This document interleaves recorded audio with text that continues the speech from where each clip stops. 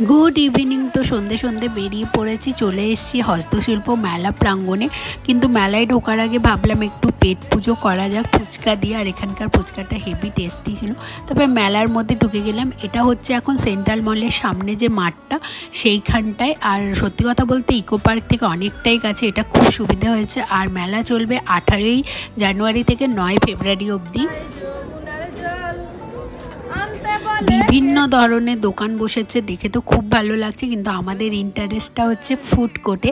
তো প্রথমেই গিয়ে হচ্ছে নবদ্বীপের এই স্টলটা থেকে সরভাজা আর বেক রসগোল্লা ট্রাই করলাম, খুব টেস্টি ছিল। তারপরে এখান থেকে মোমো, এইবারে মোমোটা একটু মোটামুটি ভালো লেগেছে। আর এই দোকানটা হচ্ছে মাস্ট ট্রাই, এখানে এত কম প্রাইসে এত জিনিস পাওয়া যাচ্ছে। তারপরে একটু গলা ঠান্ডা করে মেলাটা বাকিটা ঘুরলাম। তোমরা কে কবে যাচ্ছ অবশ্যই জানিও। দেখা হচ্ছে পরের কোনো একটা ভিডিওতে। ভালো থেকো, বাই বাই।